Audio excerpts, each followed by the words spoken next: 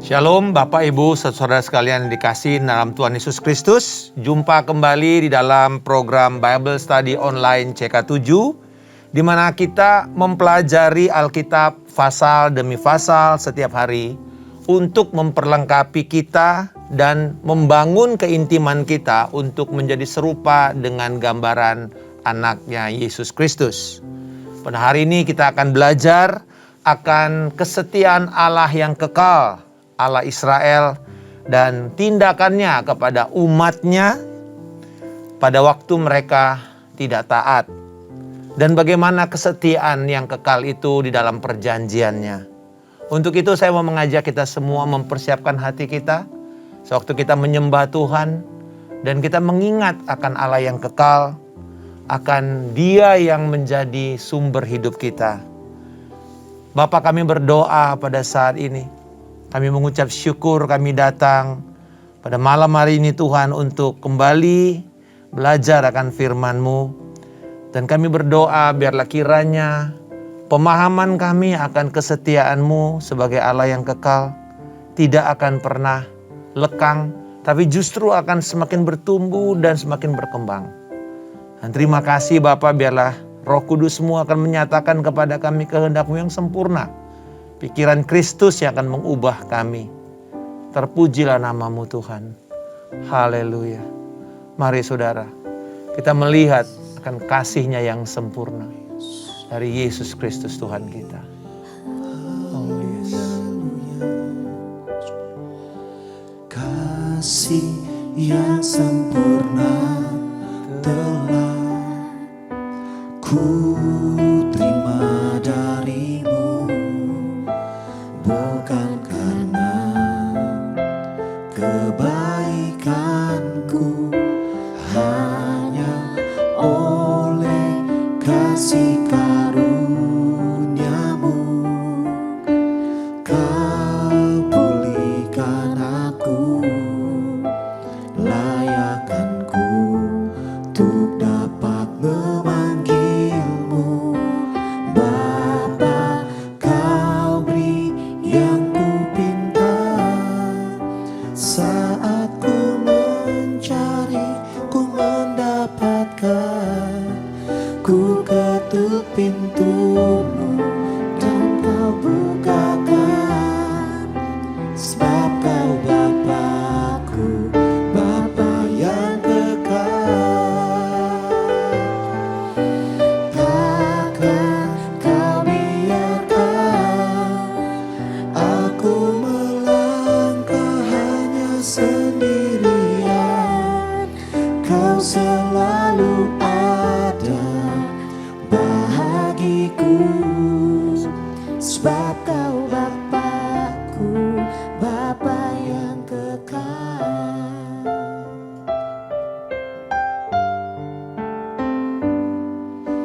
Kasih yang sempurna telah ku terima dari-Mu. Bukan karena kebaikanku, hanya oleh kasih karunia-Mu.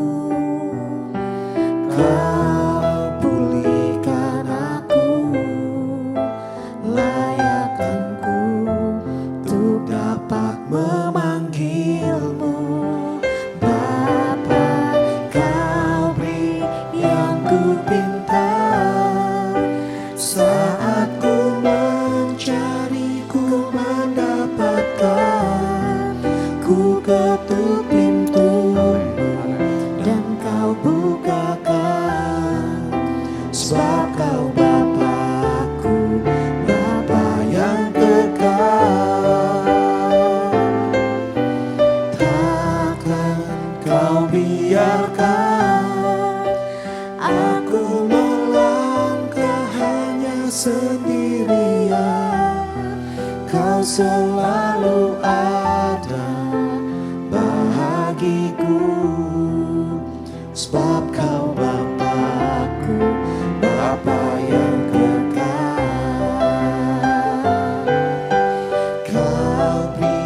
yang ku pinta. Saat ku mencari, ku mendapatkan. Ku ketuk pintumu dan kau bukakan. Sebab kau Bapa-Ku, Bapa yang kekal. Takkan kau biarkan aku melangkah hanya sendirian. Kau selalu ada bagiku. Sebab kau Bapa-Ku, Bapa yang kekal. Kau selalu ada bagiku. Sebab kau Bapa-Ku, Bapa yang kekal. Kau selalu ada bagiku. Sebab kau Bapa-Ku, Bapa yang kekal. Haleluya.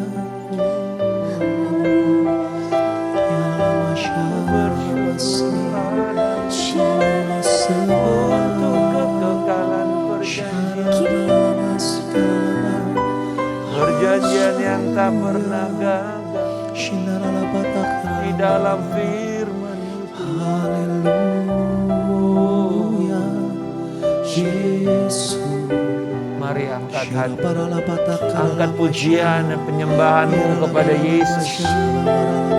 Pujilah Dia untuk semua janji-janjinya yang kekal, janji-janji yang tidak pernah gagal. Haleluya. Pujilah.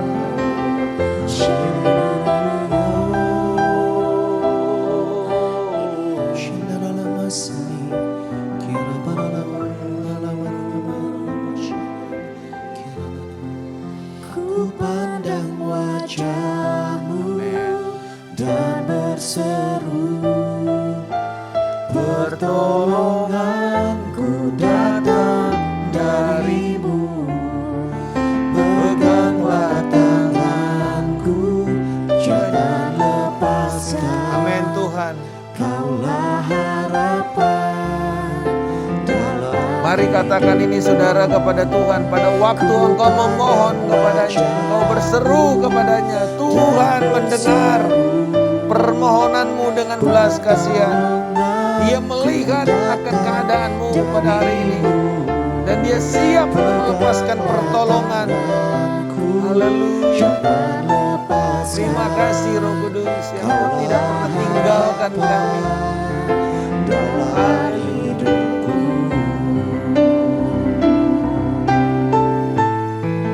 ku pandang wajah-Mu dan berseru, pertolonganku datang dari-Mu. Peganglah tanganku, jangan lepaskan. Kaulah harapan dalam hidupku. Kaulah harapan dalam hidupku. Kaulah harapan dalam hidupku. Haleluya.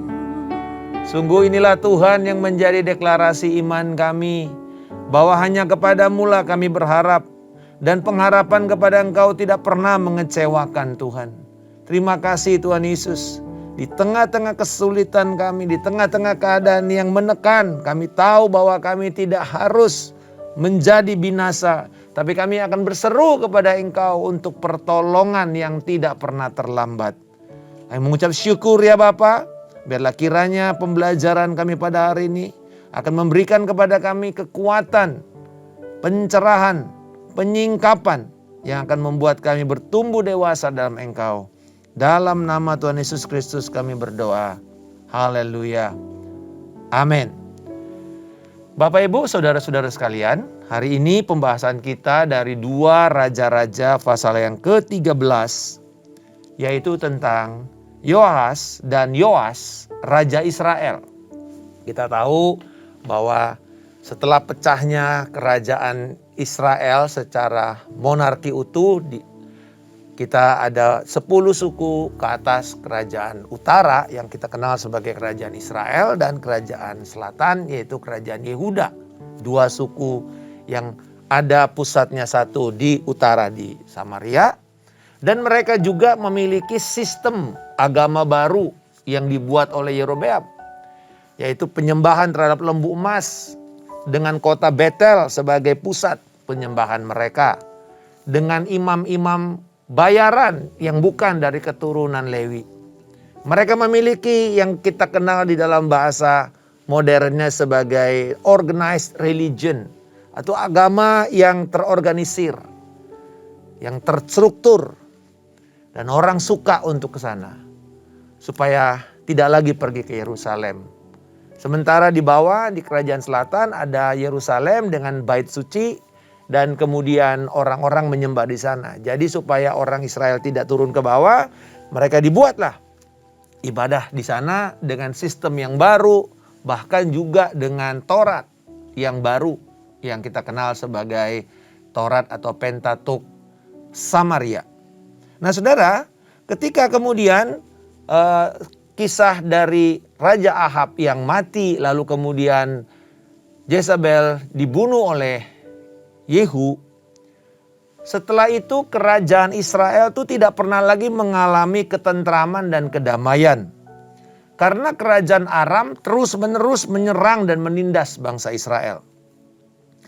Nah, ketika Yehu memunahkan keluarga Ahab dan Isabel, lalu ia menghapus penyembahan terhadap Baal, Allah berjanji kepada Yehu bahwa anak-anaknya akan duduk di takhta Israel hingga keturunan keempat. Itu dalam 2 Raja-Raja 10 ayat 28. Walau ia memunahkan penyembahan terhadap Baal, tetapi Yehu tidak menjauh dari dosa Yerobeam bin Nebat yang kemudian menjadi dosa awal dari bangsa Israel. Yerobeam bin Nebat inilah yang menciptakan sistem penyembahan baru, yaitu lembu emas di Betel dan di Dan. Dan inilah kemudian kita lihat sebagai latar belakang riwayat dari Yoahas. Kita melihat ada ciri-ciri yang menjadi ciri utama raja-raja Israel yang jahat di mata Tuhan. Yang pertama dikatakan di dalam ayat yang ketiga, bahwa ia melakukan apa yang jahat di mata Yahweh, mata Tuhan, dan hidup menurut dosa Yerobeam bin Nebat. Jadi kembali lagi, mereka mengikuti struktur agama penyembahan berhala. Dan ini mengakibatkan Allah mendisiplinkan mereka dan mengizinkan Raja Aram yaitu Hazael dan Ben-Hadad anaknya menyerang, mulai menghancurkan kerajaan Israel. Dari narasi ini kita bisa mengambil pelajaran bahwa peran Raja Israel di dalam Perjanjian Lama itu bukan hanya mengelola pemerintahan, mengatur rakyat atau berperang, tetapi juga Raja Israel itu harus menjadi simbol standar pemerintahan sorgawi di bumi. Jadi bila rajanya itu tidak taat dan mengizinkan penyembahan berhala yang menjadi kejijian, menjadi satu kemuakan, kemurkaan di hadapan Allah, maka Allah akan menurunkan atau mendisiplinkan bangsa Israel. Nah, tujuan pendisiplinan ini bukan untuk menghancurkan atau membinasakan, tetapi lewat kesengsaraan yang mereka alami, mereka diharapkan mau bertobat, mau berbalik, dan dituntun kepada kesadaran untuk bertobat. Dan ini sebenarnya pola yang sampai sekarang masih ada. Jadi kita tidak bisa main-main dengan keselamatan yang sudah Tuhan percayakan kepada kita, yang sudah Tuhan karuniakan. Tetapi di dalam proses pengudusan ini kita harus menyadari bahwa kita tidak bisa lagi hidup dengan gaya hidup yang lama, tetapi kita mesti hidup sesuai dengan kehendak Allah. Dan penghakiman Allah itu tujuannya dikatakan sebagai disiplin ilahi, paideia, yaitu seperti orang tua yang mendisiplinkan anak. Tujuannya tentu bukan untuk membinasakan anak itu, tetapi untuk membuat dia berbalik dari kesalahannya dan kemudian hidup dengan cara yang benar. Di dalam Perjanjian Baru kita tahu firman Tuhan itu yang menjadi disiplin dan standar kita. Dia mengajarkan kepada kita apa yang benar, dia akan menuntun kita untuk mengkoreksi apa yang tidak benar, lalu mengembalikan kepada kita dengan cara yang benar untuk hidup dan dididik di dalam kebenaran. Ya, di 2 Timotius pasal yang ketiga ayat 16 dan 17. Ya, mengajar, memberitakan kesalahan atau memberitahukan kesalahan, mendidik orang di dalam kebenaran. Nah, saudara-saudara, di dalam ayat yang keempat, Yoas setelah dia sadar akan pemberontakan bangsa Israel, dia mulai melihat, wah, ini kalau ketidaktaatan ini menghasilkan serangan, menghasilkan kesengsaraan, dia mulai memilih jalan yang seperti apa yang Tuhan mau, yaitu dia memohon belas kasihan Tuhan di dalam ayat yang keempat. Dan Tuhan mendengar seruannya. Dan Tuhan melihat bagaimana beratnya orang Israel ditindas oleh Raja Aram. Lalu kemudian di dalam ayat yang kelima, Tuhan memberikan kepada orang Israel seorang penolong sehingga mereka lepas dari tangan Aram. Pertanyaannya di sini nggak dikasih tahu siapa seorang penolong itu, tetapi kemungkinan besar oleh narasi ini dia sedang mengacu kepada Elisa. Karena Elisa itu membawa kemenangan kepada bangsa Israel. Ya, Nabi Elisa, peran Nabi Elisa di sini sangat penting. Nah, saudara-saudara, pada waktu itu dikatakan bahwa dia menolong bangsa Israel, melepaskan mereka, dan kemudian membuat mereka duduk di kemah-kemah mereka seperti yang sudah-sudah. Nah, ini sebuah ungkapan dalam bahasa Ibrani yang artinya mereka itu dikaruniakan keamanan. Mereka bisa tinggal tenang, tidak ada ancaman, tidak ada ketakutan akan diserang oleh musuh-musuh mereka. Berarti Tuhan menjawab doa mereka. Akan tetapi kalau kita lihat kemudian di dalam ayat yang ke-6, walau dibebaskan dari penderitaan, tetapi mereka tidak mengembalikan pujian dan kemuliaan kepada Tuhan. Justru mereka jatuh ke dalam dosa yang lain, yaitu apa? Dosa ayahnya Yehu, yakni dosa penyembahan kepada lembu seperti Yerobeam. Nah, sebagai akibatnya apa yang terjadi? Kondisi orang Israel makin lemah. Kekuatan Israel makin merosot. Dikatakan tidak ada laskar ditinggalkan pada Yoahas. Selain dari 50 orang berkuda dan 10 kereta dan 10.000 orang berjalan kaki. Ini tidak cukup berperang melawan kerajaan besar. Itulah yang terjadi. Kekuatan Israel semakin merosot. Dan cerita itu berakhir dengan berakhirnya riwayat Yoahas. Lalu diganti dengan generasi berikutnya, anaknya itu yaitu Yoas. Ada istilah bahasa Inggris like father like son. Jadi anak itu mengikuti pola bapaknya. Dan saya mau mengatakan kepada kita orang tua, kita ini menyiapkan atau preparing the platform for our children. Kalau kita hidupnya yang jahat dan tidak taat sama Tuhan, sebenarnya kita sedang membuat satu penjara baru kepada anak-anak kita. Kita cuma punya dua pilihan. Kita prepare platform untuk anak kita itu dipakai Tuhan, atau kita prepare prison yang akan memenjarakan mereka, lalu kemudian membuat mereka hidup di dalam kutukan Allah. Tergantung bagaimana kita mempersiapkan mereka. Tentu mereka akan membuat komitmen iman mereka. Tetapi saudara lihat di sini bahwa akhirnya Yoas memutuskan untuk mengikuti pola hidup ayahnya. Melakukan apa yang jahat di mata Tuhan dan tidak menjauh dari dosa Yerobeam bin Nebat. Akhirnya apa yang kita lihat? Tidak banyak yang bisa digambarkan tentang Yoas. Kecuali satu hal yang menarik, yaitu akhir hidup Elisa. Jadi di sini Yoas itu masuk dan kemudian menjadi sorotan karena sebenarnya Elisanya. Elisa pada waktu itu sudah sakit berat.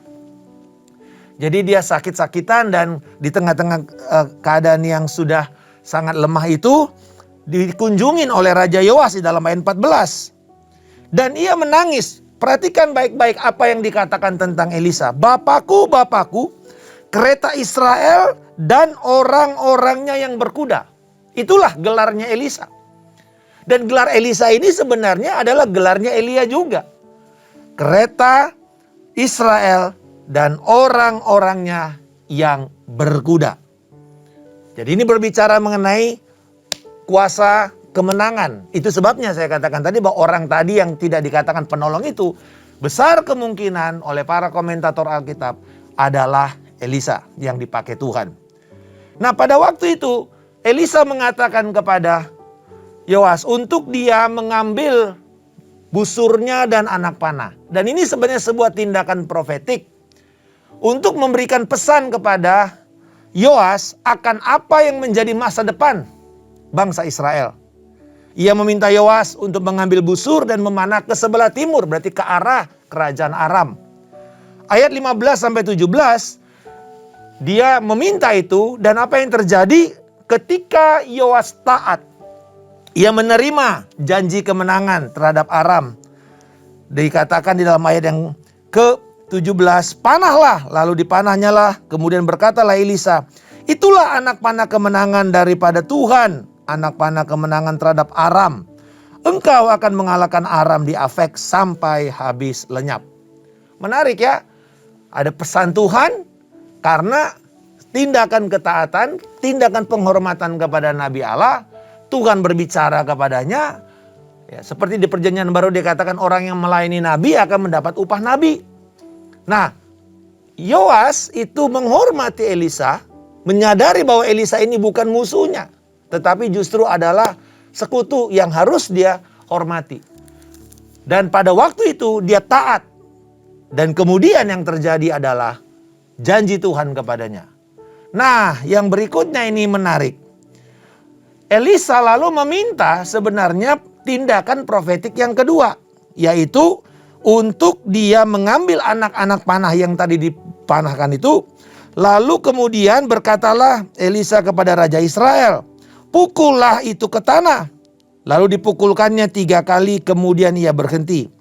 Tetapi gusarlah abdi Allah itu, gusarlah hati Elisa kepadanya serta berkata, seharusnya engkau memukul 5 kali atau 6 kali. Dengan berbuat demikian engkau akan memukul Aram sampai habis lenyap. Tapi sekarang hanya 3 kali saja engkau akan memukul Aram. Sebenarnya ini hal yang tidak lazim. Karena tidak mungkin kita, sebenarnya dalam istilah aslinya itu dikatakan begini, kamu panah ke bawah atau kamu pukul ke bawah. Tidak ada saudara kita itu memukul panah ke bawah. Harusnya ke atas atau kita lambungkan. Tetapi sebenarnya kalau si Yoas ini mau taat, dia masih melihat ini sebagai rurutan daripada pesan profetik tadi. Yaitu bahwa sebenarnya ini masih tentang berbicara mengenai kemenangan. Karena dikatakan kamu akan membuat Aram sampai habis lenyap. Tetapi habis lenyapnya itu berapa kali pertempuran.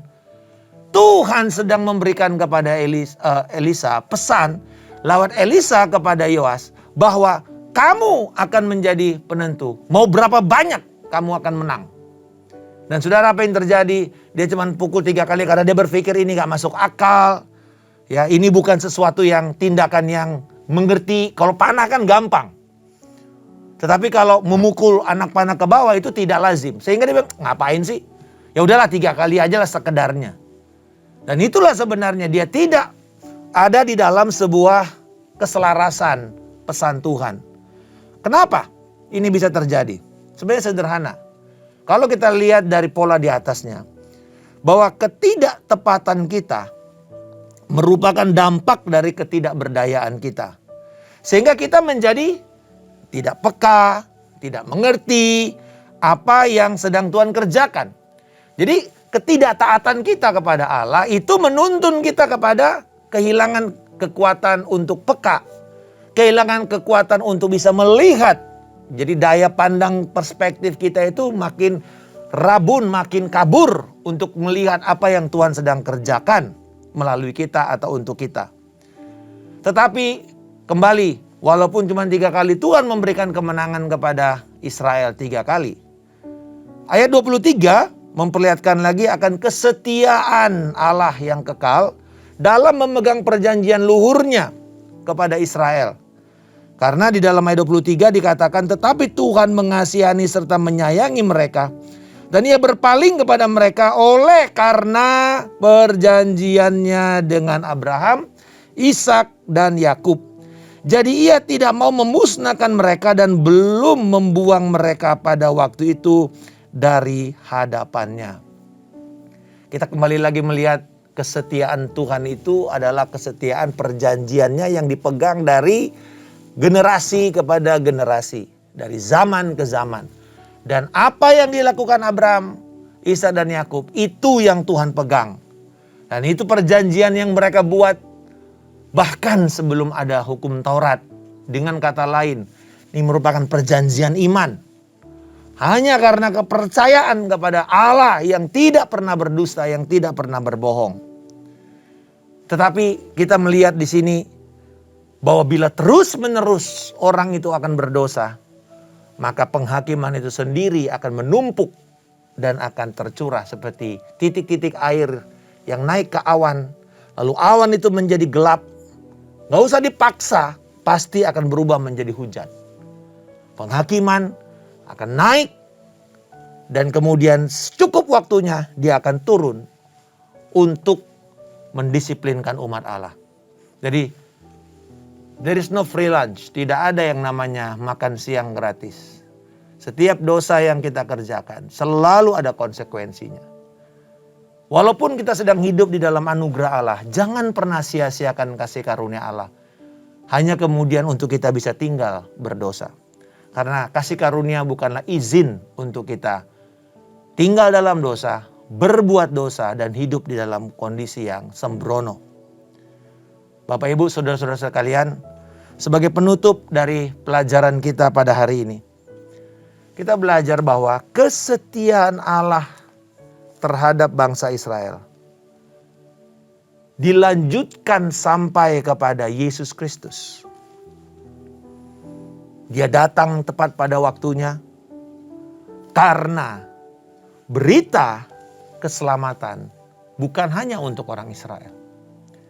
Kita lihat di dalam 2 Raja-Raja, ini sampai pasal 13, itu ada kisah mengenai Naaman, ada janda, ada mujizat-mujizat yang terjadi. Untuk apa? Untuk satu hal yang mereka harus terus sampaikan. Di tengah-tengah kondisimu yang terpuruk, Allah tetap mau memakai kamu untuk memberitakan perbuatan besarnya kepada bangsa-bangsa lain. Berkat keselamatan tentu harus terus ada kepada bangsa lain. Dan kita melihat bagaimana Naaman. Naaman sembuh bukan karena kehebatan sungai Yordan, tapi karena iman. Karena itulah kemudian nanti berita perjanjian baru. Bahwa kita menerima perjanjian Allah, kita menjadi umat perjanjian. Hanya karena iman kepada pribadi Yesus dan karya Yesus yang tidak pernah gagal dan sudah selesai di kayu salib. Dan janjinya bahwa dia akan datang untuk kedua kalinya. Nah karena itu saudara-saudara sekalian, bahwa janganlah kita menyia-nyiakan kasih karunia Tuhan.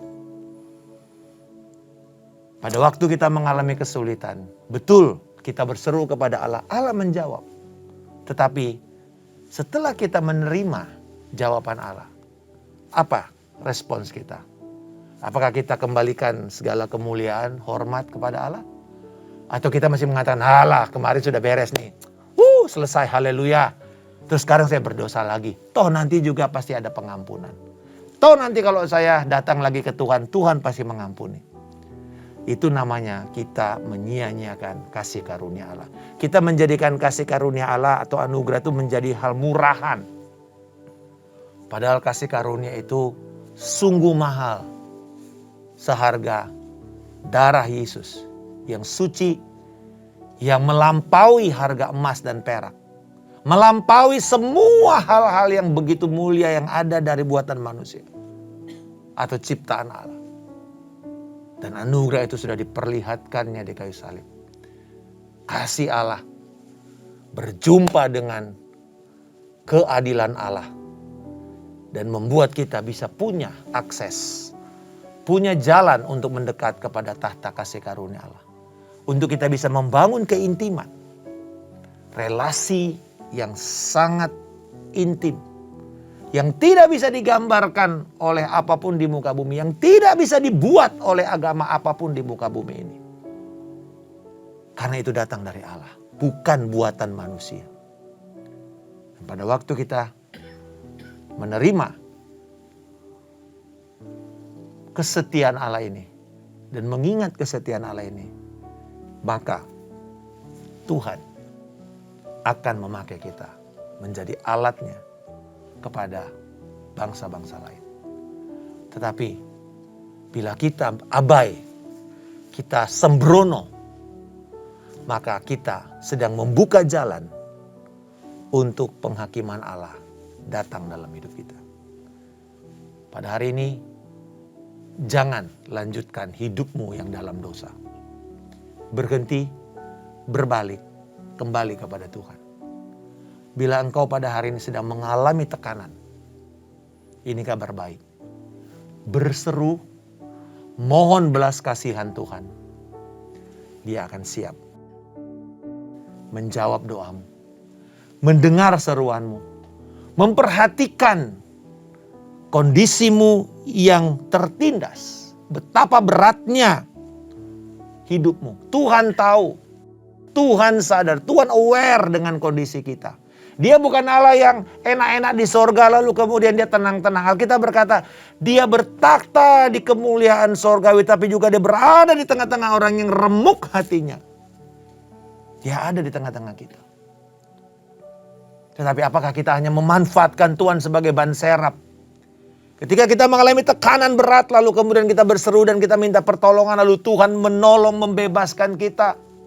Dan menarik bahwa Tuhan memakai orang yang kadang-kadang dikatakan tidak pernah kita pikirkan sebelumnya.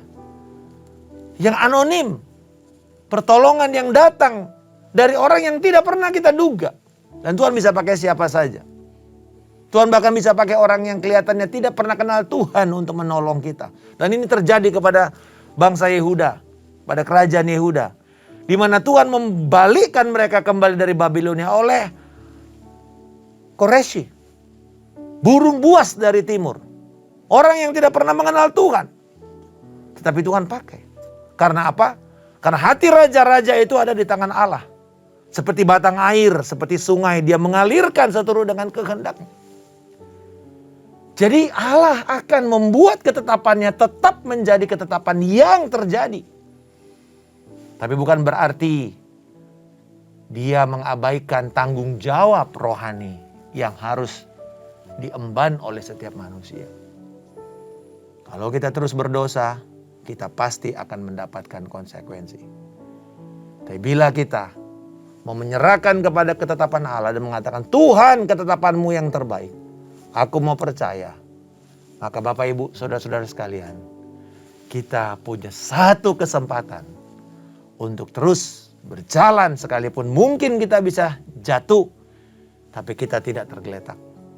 Kita mungkin boleh gagal, tapi kita bangkit kembali. Karena orang benar jatuh 7 kali, tapi dia bangkit kembali. Dan Tuhan memurnikan hidup kita seperti pemurni perak. Dia memurnikan janji Allah yang kita terima lewat persoalan. Jadi persoalan itu Bapak Ibu, seperti kalau kita mungkin Bapak Ibu yang hidup di tahun 80 ya, 90 masih ingat ada yang namanya kita nyetak foto ya. Film itu. Nah itu kan di dalam gelap. Ya. Lalu kemudian dibuka, lalu negatifnya ditaruh di air. Semuanya dalam kondisi gelap. Karena kalau ada cahaya dia akan kebakar. Di dalam gelap itu ditenggelamkan, direndam, digoyang-goyang. Tetapi apa yang terjadi pada waktu proses itu? Muncul gambar dari hasil negatif itu. Muncul image. Dan image itu kemudian sudah terbentuk lalu dikeringkan, gak langsung dipaparkan, gak langsung ditunjukkan. Saudara-saudara, keadaan sulit dalam hidup kita itu sebenarnya membentuk gambar Kristus di dalam hidup kita. Keadaan gelap lembah kekelaman itu bukanlah kebinasaan, tetapi pintu untuk membuat gambar Kristus nyata dalam hidup kita. Kita dibentuk untuk kemudian gambaran itu tercermin. Tetapi itu pun belum langsung Tuhan akan paparkan, manifestasikan kepada orang sekitar kita. Tapi pada waktunya, ketika dia sudah kering, dia sudah siap dipaparkan, ini bisa kekal, ini bisa lama. Ya, kalau kita lihat foto itu, film itu, kualitasnya itu akan membuat nanti dia berapa lama bisa bertahan. Mungkin bisa 10 tahun, 20 tahun, 30 tahun, 40 tahun. Gak rusak foto itu. Hal yang sama. Hidup kekristenan kita, ketika kita mengizinkan kondisi sulit itu membawa kita kepada Tuhan, membentuk gambar Kristus di dalam hidup kita, apa yang terjadi? Orang nanti akan melihat, wow, ini loh yang namanya orang Kristen. Ya, orang Kristen itu mesti kayak gini. Oh, itu toh yang namanya orang Kristen yang sungguh-sungguh. Bukan cuma dia karena ke gereja, bukan karena dia cuma ngomong haleluya pakai kalung salib. Bukan. Tapi ketika mengalami masa sulit, Bapak Ibu Saudara sekalian, ujian, trials of our faith, ujian iman kita, itu hanya untuk membuktikan otentisitas, kemurnian dan otentisitas daripada iman kita. Kita nggak tahu kualitas iman kita di bawah spotlight, di bawah pujian, di bawah waktu kita hari Minggu, wah penuh dengan segala macam hal yang hebat. Nggak, bukan itu. Tetapi pada waktu kita mengalami penindasan, tekanan, apakah kita bersandar kepada Tuhan? Apakah kita mengizinkan Tuhan menyatakan dirinya? Bila ya, maka itu akan menjadi gambar, image Kristus kepada dunia. Itulah caranya Tuhan memberitakan perjanjiannya kepada bangsa-bangsa lain. Dengan dia melihat diri kita, maka kemudian ada kesempatan bagi kita untuk berbicara kepada mereka tentang apa yang membuat hidup saya diubah menjadi serupa seperti Kristus. Dalam tindakan, dalam sikap hati, karakter, dan dalam cara berpikir dan perkataan kita. Kiranya kita belajar bahwa penindasan pun akan membentuk Kristus, gambar dan rupa Kristus dalam hidup kita masing-masing. Bapa di surga, kami bersyukur bahwa Engkau adalah Allah yang setia. Dan biarlah kiranya gambaran Kristus ini akan semakin nyata di dalam kami. Ampuni kami bila kami kerap kali ketika kami berseru dan mendapat pertolongan, kami lupa untuk mengembalikan segala kemuliaan hormat kepada Engkau. Kami lupa untuk melanjutkan terus hidup kami di dalam penyucian dan pengudusan. Biarlah kiranya Tuhan, kami tidak menjadi abai dengan kasih karunia-Mu yang melimpah di dalam kami. Tapi kami akan terus memanfaatkan itu. Memakai itu Tuhan menjadi penopang kami untuk hidup dan menyatakan kemuliaan Allah kepada dunia ini. Di dalam nama Tuhan Yesus Kristus. Bapak Ibu Saudara sekalian, kita mengakhiri Bible Study online kita ini. Dan biarlah kiranya kebenaran firman Tuhan ini tertancap di dalam hati kita.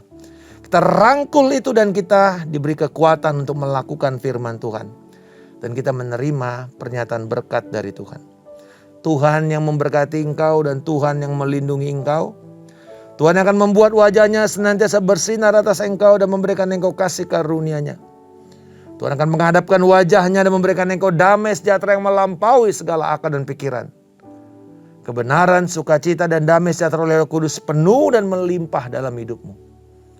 Kasih karunia dari Allah Bapa, cinta kasih dari Tuhan kita Yesus Kristus, persekutuan yang indah, erat dan manis dengan Roh Kudus akan memelihara engkau dari hari ini sampai Tuhan Yesus Kristus datang kedua kalinya menjemput kita di awan kemuliaan. Membawa kita masuk di dalam pernikahan anak domba, memerintah bersama Dia dalam kerajaan damai-Nya hingga kekal selama-lamanya.